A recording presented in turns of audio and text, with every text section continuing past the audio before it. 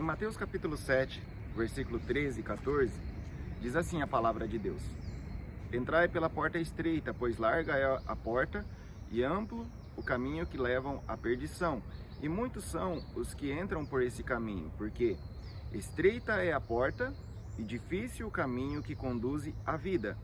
Apenas uns poucos encontram esse caminho, né? Então, o que entendemos nesses dois versículos? Deus, Ele nos dá a liberdade de escolha, né? Nós podemos optar em entrar no caminho estreito ou no caminho que tem a porta larga. Porém, Ele deixa muito claro nesses dois versículos,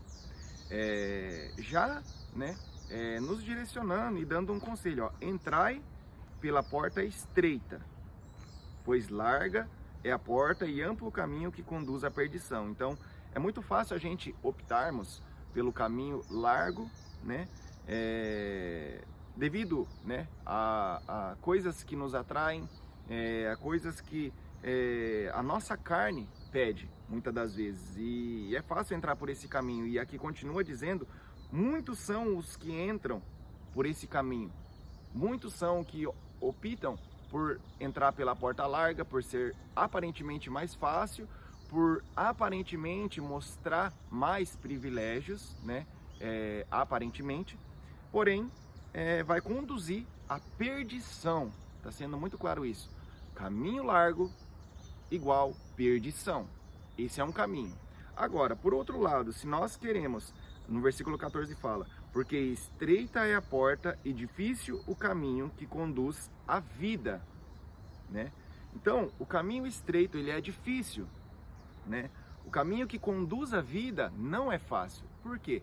Nesse caminho difícil, né, nós passaremos por lutas, por dificuldades, aonde o Senhor, Ele vai estar moldando o nosso caráter, moldando a nossa vida para nós entrarmos na plenitude, né, para desfrutarmos da vida em plenitude que o Senhor tem para nós. E aqui segue dizendo: apenas uns poucos encontram esse caminho, né? Então, o que a gente entende?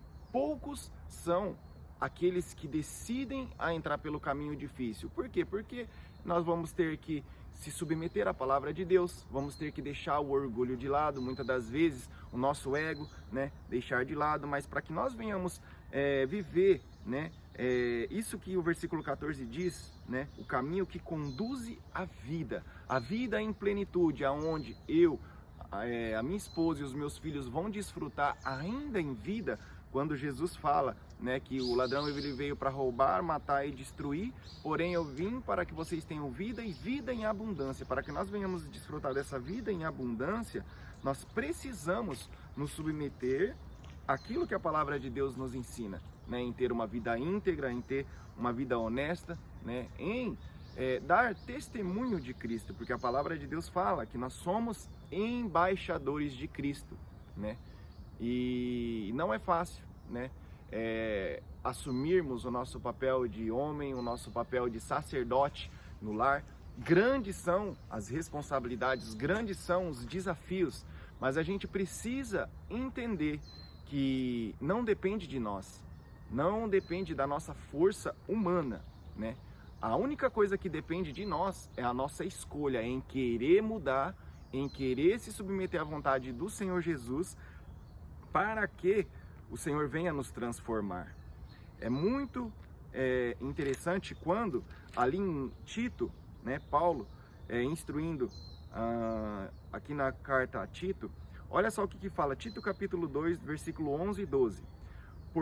Porquanto a graça de Deus se manifestou salvadora para com todas as pessoas, né? Então a graça de Deus foi manifesta para a salvação de todas as pessoas. Aquilo que Cristo fez ali na cruz, né, nos dá o direito, né, a escolher viver com Deus, a ter a vida eterna, né, se optarmos em receber o favor de Deus, que é pela fé.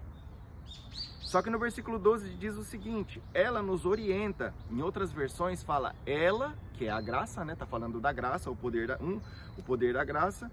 Ela nos orienta a renunciar à impiedade e às paixões mundanas, e a viver de maneira sensata, justa e piedosa nesta presente era.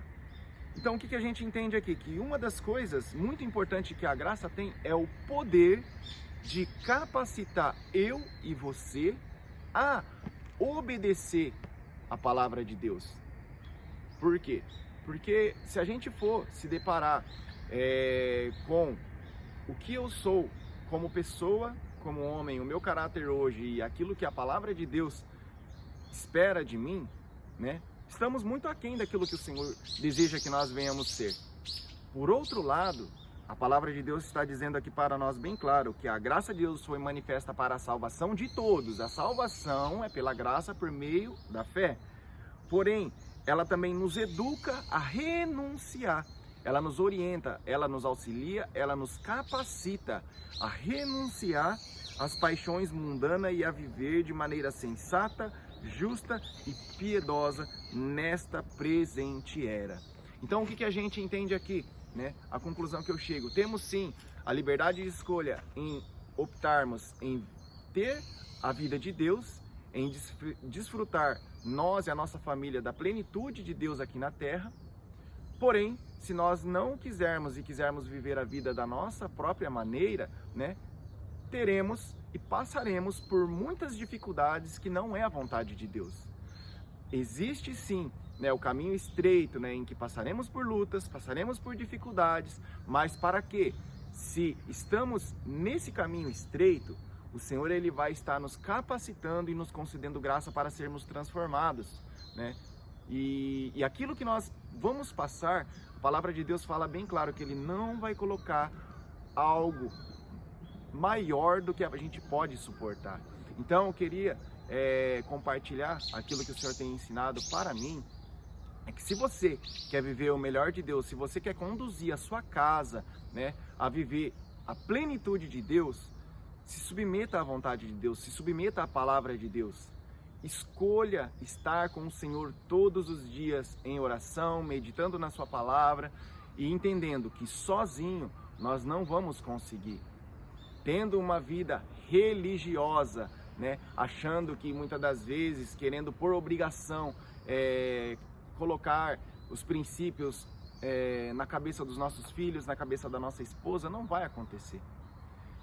Primeiro, nós precisamos estar na presença de Deus, deixar o Senhor transformar o nosso coração e a partir daí, né, o Senhor vai nos dar graça, Ele vai nos conceder sabedoria para conduzir os nossos filhos, a nossa esposa em direção ao caminho que leva à vida. Tanto desfrutarmos da vida em plenitude aqui na terra, como conduzirmos a nossa família para viver o propósito de Deus aqui na terra e caminharmos em direção ao nosso Senhor, né, e estarmos com Ele na glória, né? Então, fica aqui essa palavra para meditarmos hoje.